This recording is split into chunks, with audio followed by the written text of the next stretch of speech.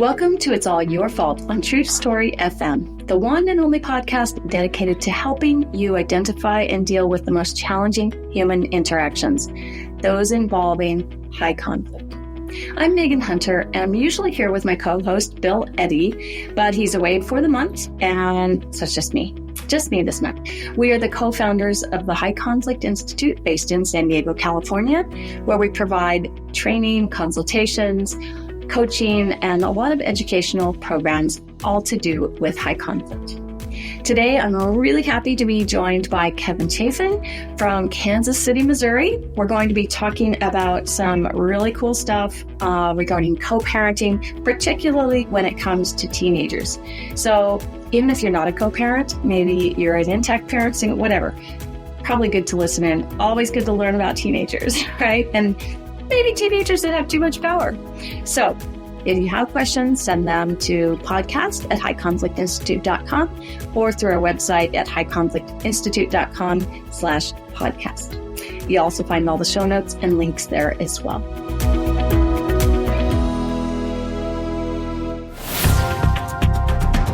Today, I'm really happy to introduce you, our listeners, to Kevin Chafin, who I've known for at least a decade through family law events. Kevin was one of the best, you've heard him on this podcast before, but one of the best co-parenting guys I could find in the world, really. Funny story. So when Bill Eddy first wrote the book Biff, right? The quick responses to hostile email, misinformation, all that. So Kevin found this book. He started requiring parents to read that book before they'd come to co-parenting sessions with him. So then when it came around to Bill writing a book for co-parents, a Biff book, I thought, let's bring in a couple other people on this who are working with parents every day. So we had Annette Burns, who you heard on the last episode, and Kevin Chafin, who is working, Annette's on the legal angle and Kevin comes at it from the counseling angle. So Kevin is the co-author of Biff for Co-Parent Communication and came with so much good stuff. Kevin and I also trained for the Association of Family Conciliation Courts about a year ago, and I think it was one of my most fun trainings ever. And it's not easy to co-present with someone, so lots of fun. Kevin is a licensed professional counselor with more than 20 years experience with the family and domestic court systems and the Missouri Children's Division. He provides a lot of mediation and counseling services and has done so for more than 15 years. Is that still true? Yeah, except for I got older. I think I should have changed that to more than 20 years now. More than 20 years. Yeah, that happens, right? So, all right. So what happened, as Paul Harvey used to say, the rest of the story? You know, I was at the AFCC conference and someone introduced me to Bill's first book and read it and thought, everybody, all of my co-parenting clients, all of my mediation clients have got to have this book. So I placed an order with one of the big resellers very quickly and bought all they had, and they back ordered me. And before a week or two later, I've gotten rid of all my books and I need more books, and I contact them and it's back ordered. And I said, no, this won't do. So I flipped the book over and called Unhooked Media and said, how do I get more books? And you said, well, we'll send you a box.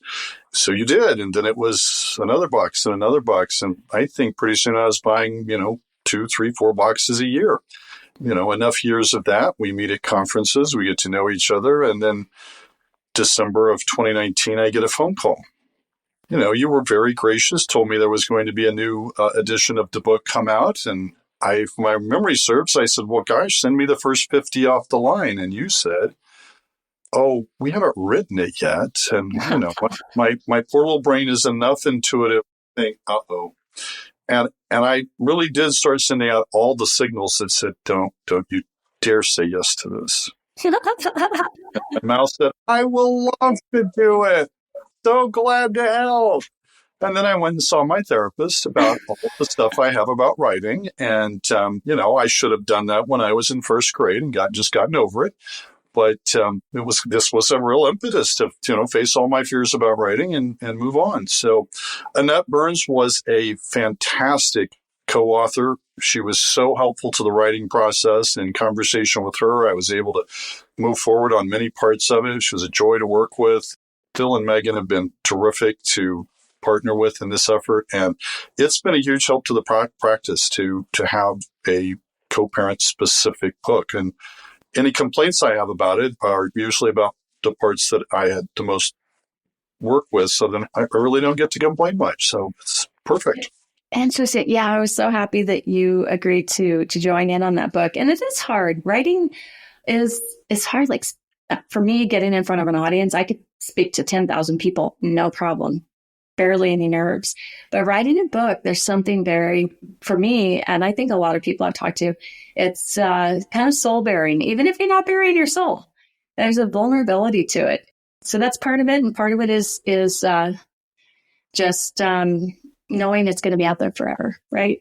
Well, and I do have so much respect for the work that Bill has done in putting together the first book, how effective it was, how effective it is, and that it's grown on to the additional books is a testament to how it works with high conflict people, and really, it works with all of us. Yeah, there's nobody that doesn't benefit from us getting focused on the problem we're trying to solve, and then working a problem-solving method and staying focused, not getting lost in a cloud of words, staying polite and civil, regardless of how much tension there is in the process, right? And then being clear about what we've decided so we don't have to redecide it a bunch of times. So it's such an honor to have been a part of it and to see that it is helpful to people. What do you do if people come to your sessions and they haven't read, first chapter or two of this before the session? What began with being court involved in that early in my life as a therapist, I worked with children who were in foster care or who had been adopted. And then over time, that kind of developed into working with more of the parents of the children who were in foster care, maybe to help them get their children back or to help them go through the court process, parents who had adopted children. That evolved into doing a fairly significant amount of co-parenting counseling. But I had begun as a mediator even before I became a therapist. So mediation and conflict resolution was very much at the foundation of what I was doing. Eventually, the attorneys I was working with suggested that there's lots of mediators around. There's not a lot of folks doing co-parenting counseling. Would I do less mediation, more co-parenting counseling? And sure, I want to meet the need. And so at times, co-parenting counseling has been as much as half of my therapy practice. I still continue to work with young people, not as many of them little bitty, because I can get onto the floor, but getting back up is not as easily as it once was. So, and I think more importantly, developmentally, if you're going to work with kids that haven't been through puberty, that way of your brain functioning is so much different than the way an adult brain functions. If you're not really living in it and really focusing on how little people think and think differently, then you can make some pretty big mistakes in therapy. And so I really focus my kid practice at 10 and above. And so that's a good portion. But most of those kids are either kids who are court involved themselves or who are in families where their parents have been court involved. So court involvement is 90% of my practice. Wow. Yeah. So I've lived in the world of attorneys and judges and mediators. There are other therapists who do court-involved work. Been involved with the Association of Family and Conciliation Courts. I'm just finishing my term on the board of the Missouri chapter. So you got a little experience in this world. Absolutely. So let's talk about those 10 and overs, right? Whether it's in the co-parenting world of family court, divorce, and all of that, or just any child, court involved or not, right? So what do you see in working with kids? Let's start with the divorce aspect of it. You and I had a conversation recently about the overempowerment. Is that the way you put it? of teenagers in, I don't know if it's just divorced homes or is it all homes these days? What's your take on that? Megan, we've done a poor job as a culture of helping parents understand their children, understand their own childhoods, and then understand children. We don't equip parents to understand developmentally how parenting works. And so parents are, I think, constantly surprised by the needs of their children and what a family is there to provide, right? What we're asking as a culture, we ask our parents to do a thing, to have their children ready to participate as adults by age 18, which is an awesome task, right? It is fearsome. And we keep burdening them with new challenges at every turn. I don't think anybody could have anticipated just how many challenges would occur in 2008, 2009 with the advent of the cell phone. Yeah. And everything that has gone with that, right? Social media and the internet access and access other people have to their children without their parents' knowledge. There was a time parents really did have this gatekeeper effect about which adults were going to interact with their kids, and they could know all the coaches and teachers and everybody else and all the big influencers, the church they took them through to, the books that the kids were going to read, whatever it was, they had a real sense of authority over those things. Yeah. I remember, like when my kids were right in that age group when the cell phones came about. And, go in one of my kids' rooms in the middle of the night and, kind of in that beginning teen years and sound asleep, but the phone in the hand and, it would vibrate and now the child's awake and not getting any, very good sleep. But the most important thing, even more important than that, I think, was when I finally had that realization that I used to be able to keep people out of my house. I had little control when they're outside of my house, right? I don't know what's happening in school all the time. I don't know what's happening in friends' homes, all that. But I knew what was happening in my home until the cell phone. And now they didn't have to sneak in or out of the windows. They just came into the cell phone. And that was such a mind shift for me. And when I was growing up, things ended at the end of the school day, unless my mom would let me use the phone that was attached to the wall. Right. And I got to talk to a friend for maybe 15 minutes, but that was it. Oh, trying to explain to the kids that I work with the days of having a phone that was tied to a spot in the wall, that we had one line into the house and you could talk to a friend for 5 minutes or so, but then you needed to get off the phone because somebody else might need to make a call or receive a call. Yeah. There's just no way to conceive of that, right? It is as unconceivable, I think, for them as us to conceive of them growing up in a world where this is as present as trees. Yep. Right? It's just part of their world. It functions as an extension of their memory, right? They don't have to remember something. It's there for them to just look up very quickly. And it has posed more questions faster than any of us who think about these kinds of things and try to be helpful have begun to keep up with.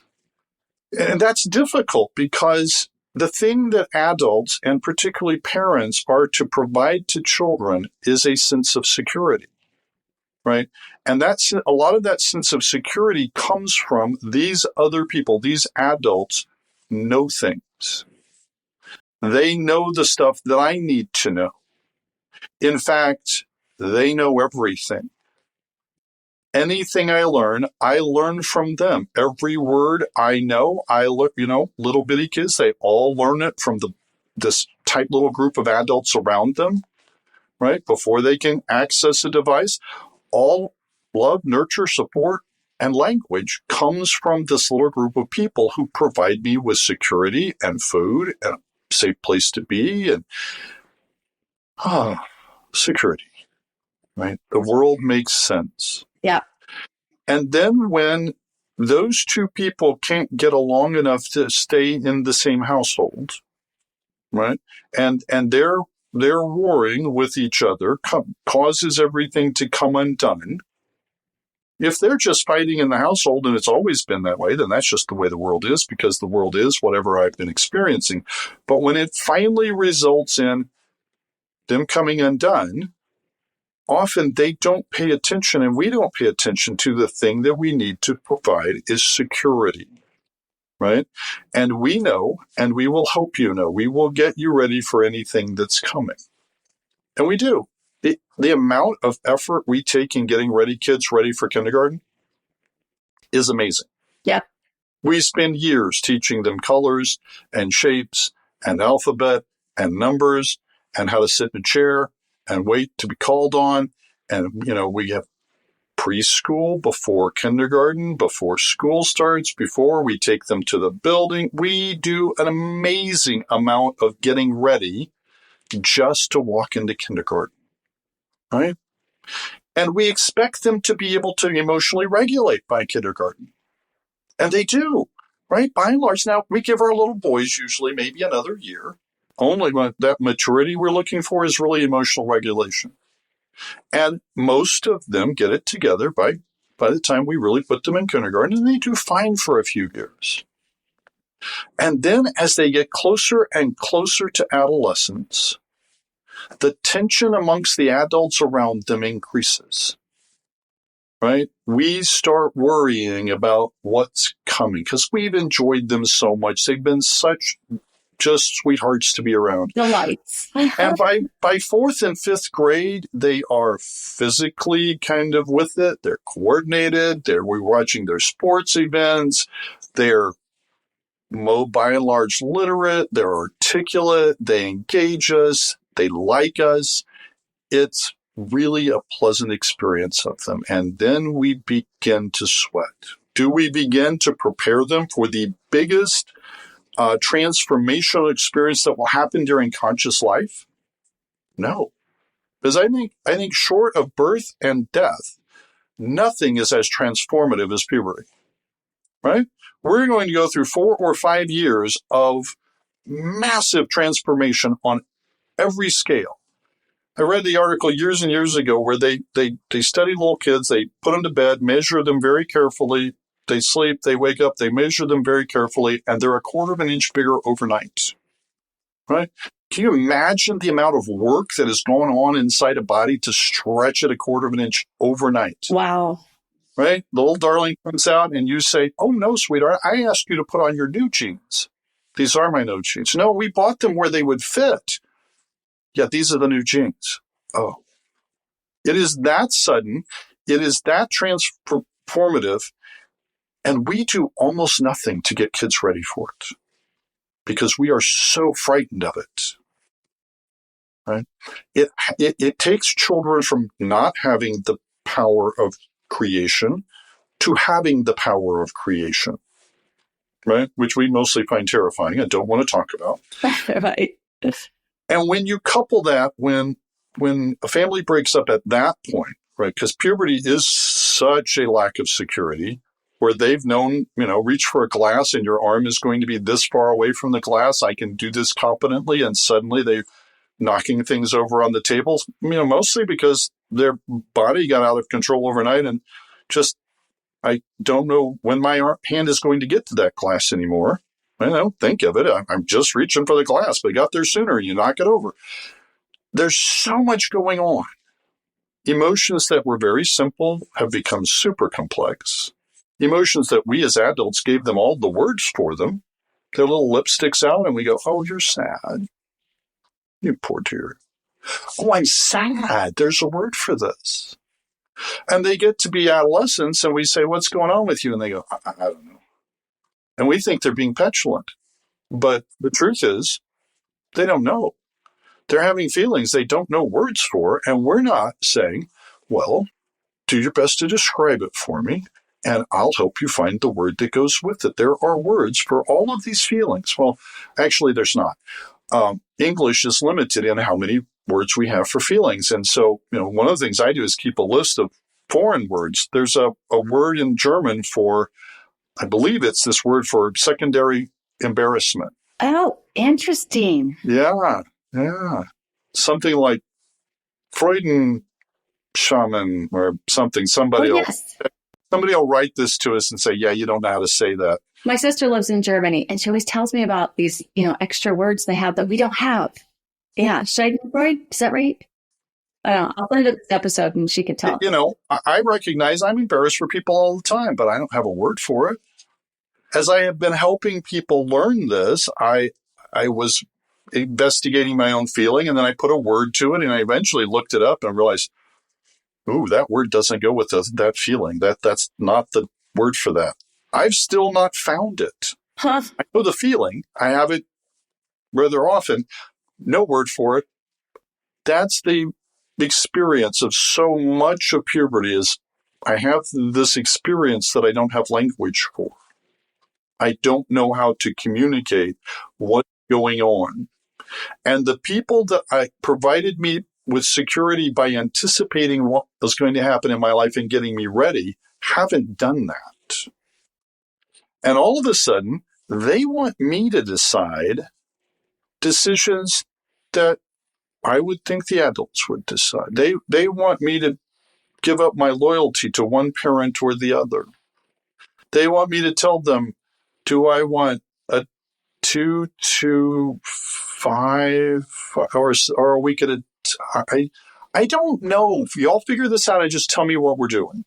They want me to understand what it is that's causing my parents to be these emotional wrecks all the time. And I had really figured out how to manage them emotionally so that I could get the things I want in the ways that I want it. Because anybody who thinks that our children don't emotionally manage us are not paying attention, right? They can look out the window, see us walking up the sidewalk, and they know, right? They know whether they need to entertain us when we come through the door and kind of improve our mood before they ask for that new pair of shoes, or whether they can just hit us up for that as soon as we come through the door. They know us. They can tell by those little micro movements of our faces or something. They're experts. They've watched us. They've been so careful at watching us. And then it doesn't work so much because things have come unwound and it's just a whole lot more work. And we need, as adults, to make this somewhat easier, right? And to give them, we need to give them better information about puberty and about what's going on in the legal process and in the process of the family system that was in one household moving to a family system in two households, and to develop better language about how to have that family system in two households. We think that this is mom's house and dad's house, and we're going to just go into our own kingdoms, but kids experience this as still one system. Yeah. Right? And they still expect to be able to speak into mom's ears, and it still comes out of dad's mouth. Mom and dad, that's always happened before, and people have always just known, and, well, wait, you still just know, right? So the security gets really unwound. It's not surprising, then, that we have that sense of parentification of children, and that we start often, I hear, well, I'll just ask my child. Like, wait, what do you mean you're going to ask your child? Well, we'll do whatever he or she wants. Well, my guess is you'll do whatever he or she wants if it aligns with what you want. But if they choose in opposition of what you're wanting, suddenly that's not of interest to you. Right? So the demands for loyalty become really intense. Well, let's talk for a second about parentification. So you want to define that a little bit? The way I take it is you're putting the child, this teen, into the role of a parent. Yes? There should be a natural flow from grandparents taking care of parents who take care of children, right? But often what we have is parents who become so emotionally needy that they look to their children to emotionally take care of them. Right? Yeah. And they replace that, the spouse and the desire they had to have their spouse take care of them. Now, I need my child to take care of you. Somebody needs to do this. I get my emotional needs met through my child. Right. Even if it's a young child. Oh, yeah. I think as soon as they learn to walk and talk, right? We say, I love you to them, and then they say, I love you back, which, right? They know, give the feedback of tell parents what we think they need to hear, and parents then take care of us. Yep. So I remember, I don't know, 10 years or so ago, watching maybe a singing competition like The Voice or something on television. You'd have a person get up there and sing, and it was, amazing. And then they interview them afterwards, and, the tears are flowing, and maybe they just won to the next level or something. And I just wanted my kids to be proud of me. And it's always so shocking to me. And I thought the first 1 or 2 or 3 times I heard it, like, well, that's different, right? Because we always used to want our parents to be proud of us. And now it's somehow turned around. Then I realized it's become more of a thing. And I hear it all the time. Do you hear that? Yeah, exactly. This reversal of who's taking care of home. And whose needs. And I want my kids to approve of me, or I want my kids. And often what happens in these situations, I want to be able to earn my kids, not just affection, but it becomes a competition of if we're going to let them choose, then I've got to be in a campaign so that you'll choose me. Yeah. I've got to be offering enough good stuff, whether it's emotional or, right, you see it with grandparents. Right? I'm going to give as many good gifts as the other grandparents do. Right. As instead of just being confident in your love and support and connection to somebody that this isn't a competition. There's enough attention and affection to go around. We can generate more. Right. But work as a team together. In that crisis or in that difficulty that happens after a breakup, and particularly with high conflict people who seem to have their emotional buckets have holes in them, and there's no amount that you can pour into them that's actually going to satisfy, then the scramble can get very destructive.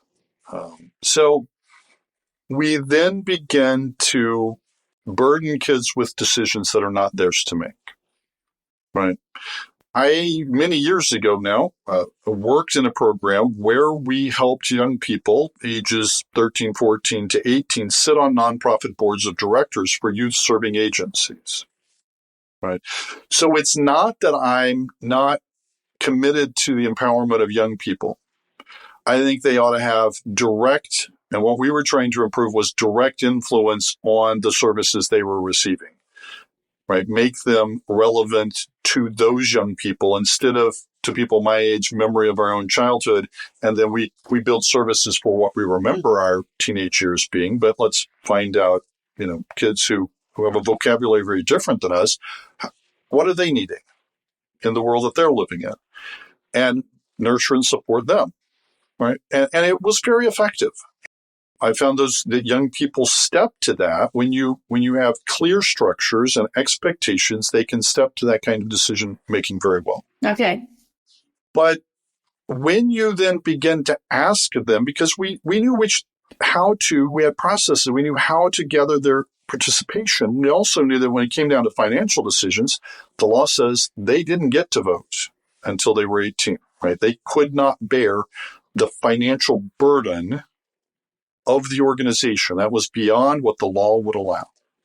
So we didn't ask them to do that. We asked them for programming ideas, but not, do we buy a new building?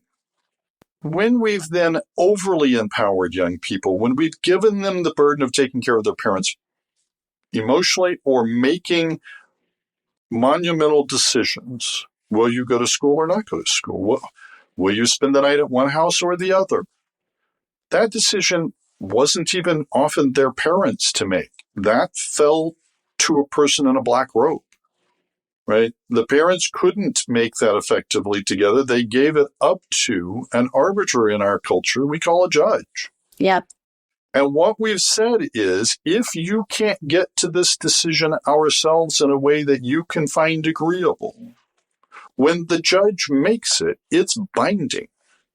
And then when we step back and say, well, maybe not, We'll ask our child to make the least equipped person, the least knowledgeable and equipped person in the process. So we're going to ask you and say, oh, well, maybe we won't do what the judge said to do. We'll just ask you what you want to do. We'll just let you decide. You got frustrated and you want to come to my house instead? Oh, okay. Causes havoc, just causes chaos.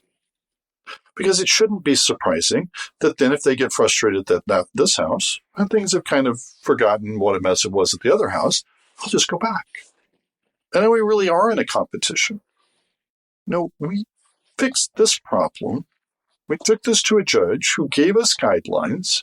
And if we simply follow them, at least we have security. We have a way to know what is going to happen. And that provides an enormous amount. We're not having to redecide the decision 4 or 5 times in an evening based on whatever my emotional upset is. I know what's going to happen. Tonight I'm going to do this thing. And we can have some sense of security. I think it's crucial. I think that clarity is so important in these situations to provide security. A book came out several years ago. It was a business book called The 5 Things You Need to Know. I found it to be a brilliant book. No, I wasn't called. It was called The One Thing You Need to Know. And this was the sneaky part. That there wasn't ever just one thing. It was always the 5 things you need to know. But of those 5 things, the one you need to know about that is. And when it finally got to leadership, it had the 5 things you need to know. But then the one thing that makes leadership work is clarity. That is so true. Clarity. With clarity, you can lead people into doing things they might not ought to do. But we need to help kids by having some parental clarity. Where am I going to spend the night tonight? Oh, well, what do you want to do? No. Where am I going to spend the night tonight? Tonight is my responsibility. You'll be here. Yes. Lead parents. Don't fight and don't leave it to the kids. Lead during your time. Should kids get to wear what they want to wear? Well, sure, sort of. We don't have a problem with kids wearing shoes to school. I've never been in a school building. I've never been in very many public buildings where people are just moseying around the public space with their shoes off. Get to folks' houses, they kick their shoes and socks off as fast as they go. They're more comfortable without them, but there's not an option in public space about whether we're going to wear shoes or not. We don't ask. Therefore, they just put their shoes and socks on, go to school. Often, it is because we ask, oh, you need to go to school today. Okay. Oh, I'd rather not. Oh, wait, I'm sorry. Okay, right? By okay, I meant, do you understand? Well, then please say, do you understand? You understand. Don't ask okay. Time to go to school. Put your shoes on. We're out the door. How did we get there, though, Kevin? I mean, that's what... Like, my mom didn't ask us if it was okay, ever. Oh, but gosh. I found myself doing it. No, we developed a vocal tic of using okay to mean, do you understand me? Wow. And we've gotten too much about asking questions when there's not a question. We have the custody decision to make. I have sole legal custody. And instead of saying, here's the difficult decision that need to get made that I've made, and we need to move forward from that. We will do that part and say, well, do you have any input on that? I was like, no, you've had input 3 times. When the decision is made, offer clarity. This is not we're not still in the decision-making process. We've finished that. Here's the clarity. This is what we're doing. We're eating barbecue tonight. Yeah. So clarity, we're going to take a break. And after that, we're going to come back and talk about clarity then when, let's say, one parent's on board, or let's say 2 parents are on board. But what do you do when only one parent's on board with the clarity? So let's take a break and we'll talk more about that when we come back.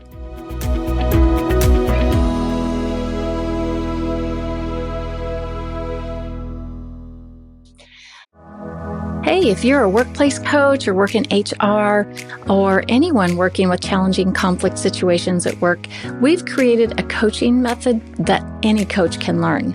The The goal of New Ways for Work coaching is to help employees, or whoever is taking it, to learn personal relationship skills for productive relationships. Essentially, it gives employees a chance to learn new skills and to change before big decisions are made about their employment. Sometimes they're just lacking skills, and New Ways will teach them. If you'd like to know more about it, we offer our New Ways for Work coaching training 2 to 3 times a year. And these trainings are a combination of on-demand, which you can watch 24/7, and Zoom training with Sherilyn Knapp and Bill Eddy on the on-demand portions. You'll find the link for this in the show notes below. Sign up at highconflictinstitute.com/upcoming-courses or email us at info@highconflictinstitute.com. All right, and we are back. So let's continue talking about this matter of clarity, Kevin. If you have divorced parents and they've been co-parenting a while and they understand about how, that children need security for a long time, right? It doesn't end at age 13. It needs to continue. And they're doing a good job of it, providing that clarity. The parents are communicating. But what happens when you have one parent who seems to have sort of this high conflict personality and they're resisting, they're rejecting, they're drawing their emotional happiness from the child and doing everything they can, perhaps to sabotage the child's happiness in the other home? Just saying, what do you do? What happens, first of all, and what can that parent do? High conflict folks, we need to understand that rather than problem solving, they enter into drama. And if you enter into the drama with them, we're not going to get decisions made. What we're going to get made is drama and upset and drama. And we can identify some of the things that generate the drama, right? Bill did a great job of listing out 4 that we can quickly pick up. I mean, probably we could list out a whole bunch more, but these are so obvious that if you've picked up on these 4, you know all you need to know. Right? And this isn't 1% of the population. This isn't even 10% of the population. This is maybe as much as 25% of the population are just in their personality. Their personality structure is set up for drama, not decision making. Right. And if the other parent recognizes this and says, oh, well, we've still got decisions need to make, and because we created children together, I have an obligation to participate with you in this decision making, then we need some strategies for redirecting out of the drama and to the decision making, to the problem solving.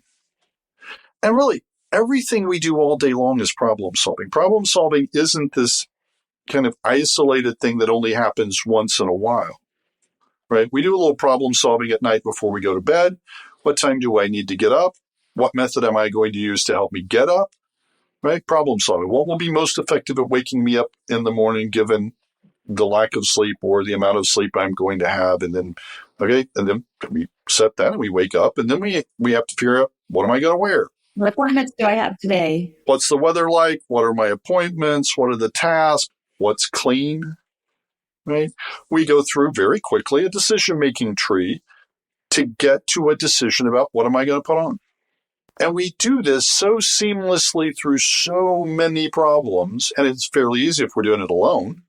But if we've involved somebody else, I have to dress like other people, and I have other constraints. I have a wardrobe I have to wear to go to a particular job. Well, maybe that makes it easier, maybe it makes it harder, but it involves other people in our decision-making.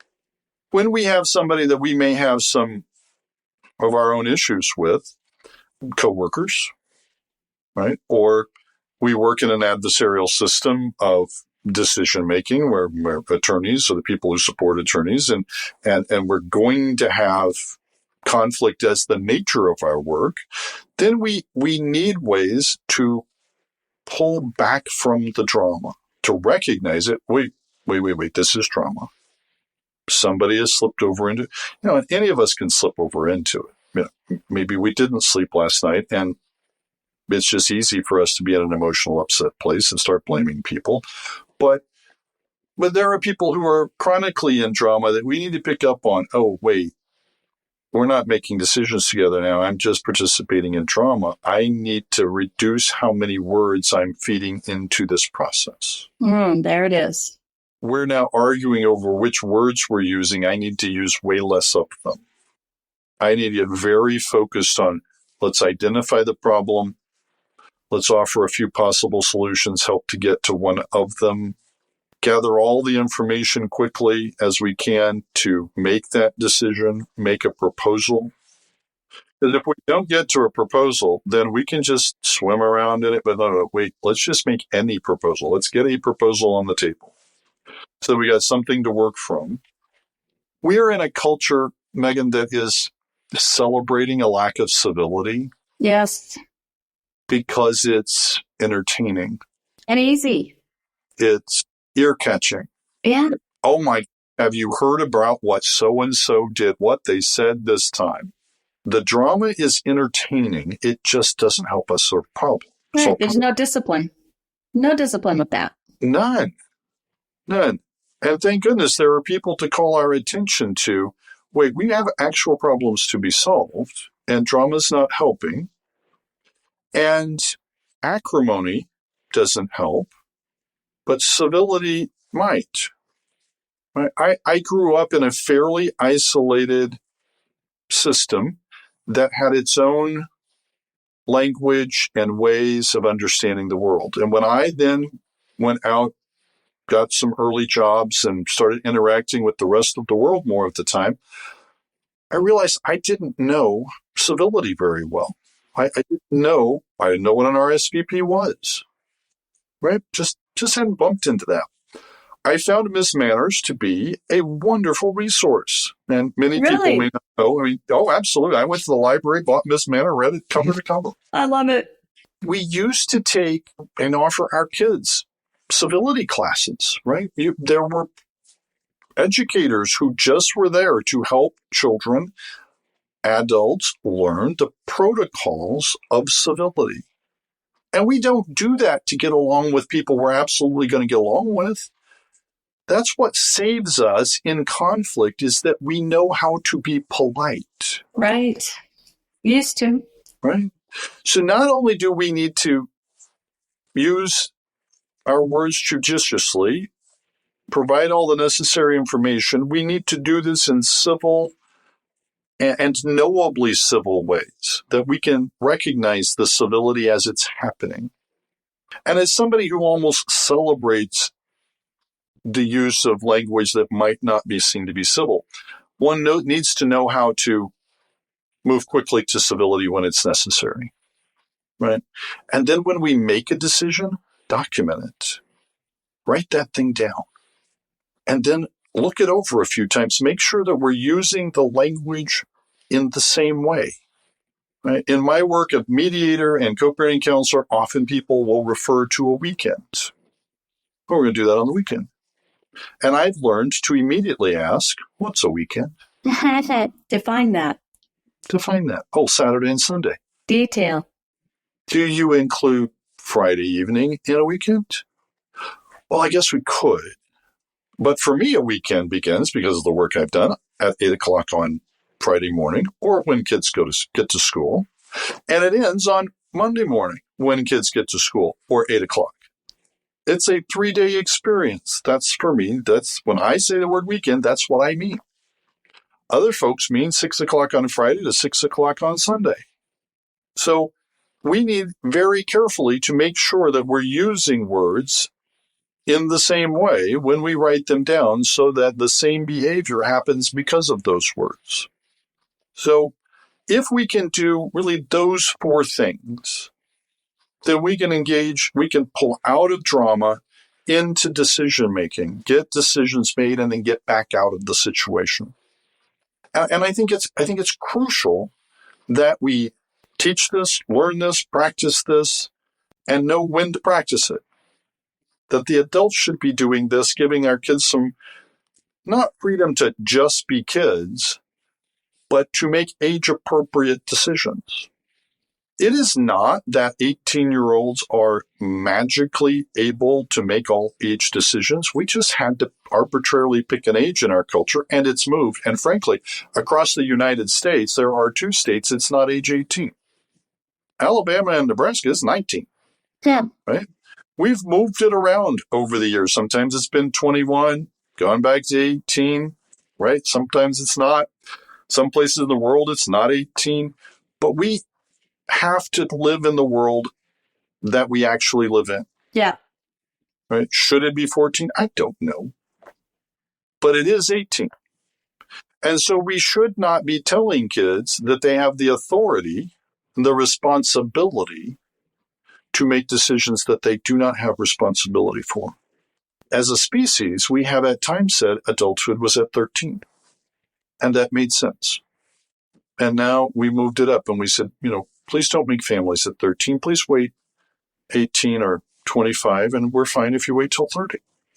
And then because the adults don't want to bear the repercussions, the upset, because adults don't want to bear the upset the kids may have when they don't like a decision, they will just push that decision off on the kid.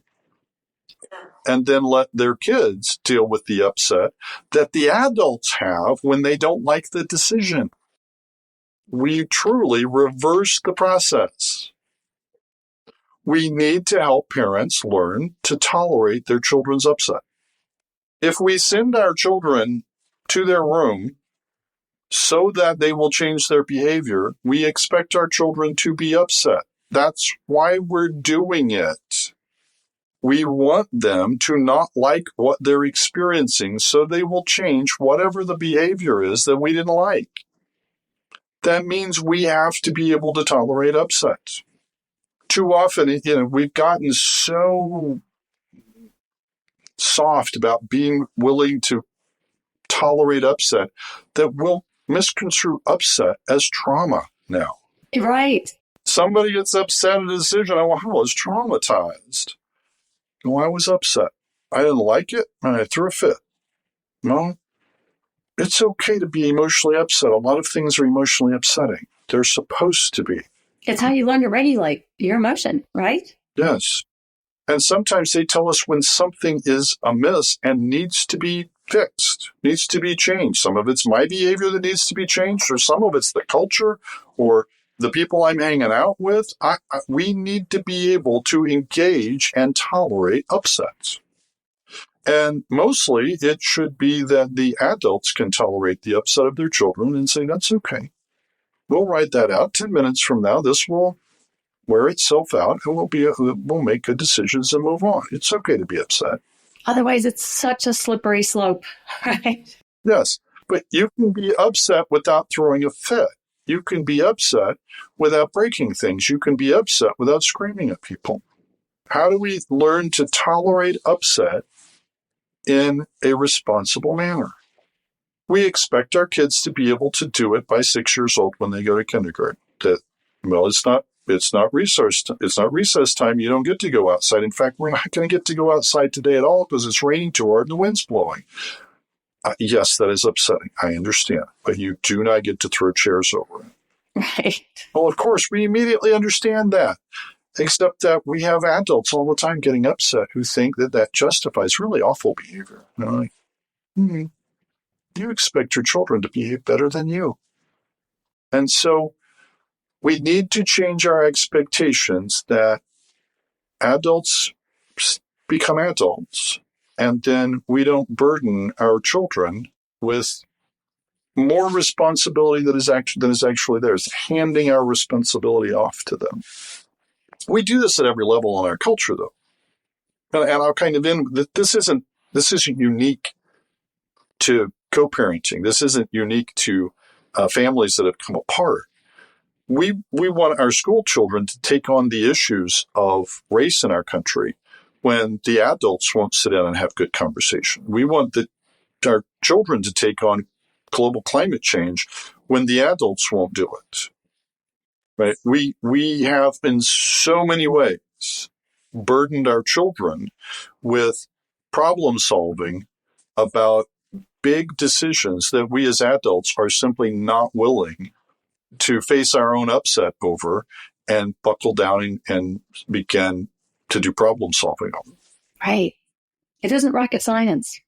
It isn't rocket science. I mean, I think we just get so sucked into the drama or we don't know what to do when there is drama presented by someone else, say another parent. So, and I think that stops the problem solving, and we forget, like, I can be an anchor. I don't need to move around. I don't switch back and forth. I just know what's true. I know we need to keep problem solving. I'll keep making proposals and asking questions. Make proposals, try something, assess it. Maybe we need to improve it. Try again, try again, try again. Very good. Well, Kevin, this has been, I could listen to you all day. You have such a wealth of experience listening to parents and to young people and putting those pieces together. So before we go, is there one piece of advice you would give to parents? Listen. Don't burden your children with decisions that aren't theirs, and then listen to what problems they are trying to solve. Because beyond all of we're supposed to be the resources to them, and listen to their problems they're trying to solve and let them solve them. Be resources to their problem solving. That's it. Be a parent. Be an adult. You're the leader. Be a strong leader. All right. Well, thank you, Kevin. Thank you, Megan. It's been a joy to be with you today. Oh, I think we could do this a lot. We'll have you back. We'll be talking about a lot more things, because I think we'll probably get some questions, right, from some of the parents, people listening.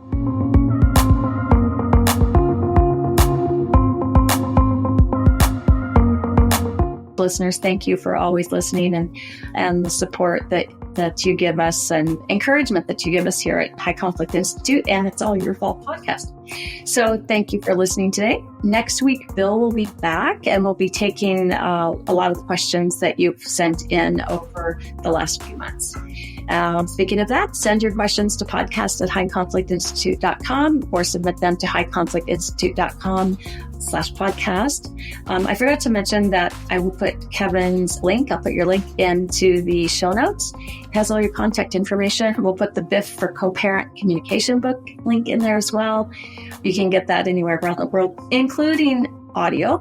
So that's kind of cool. So until next time, keep practicing these skills. And, if you're a parent, read up on leadership, right? Take these words from Kevin to heart and just really think of them. Be kind to yourself. Don't forget to set limits. Stay connected while we all try to keep the conflict small and find the missing piece. It's All Your Fault is a production of True Story FM. Engineering by Andy Nelson. Music by Wolf Samuels, John Coggins, and Zib Moran. Find the show notes, and transcripts at truestory.fm or highconflictinstitute.com/podcast. If your podcast app allows ratings and reviews, please consider doing that for our show.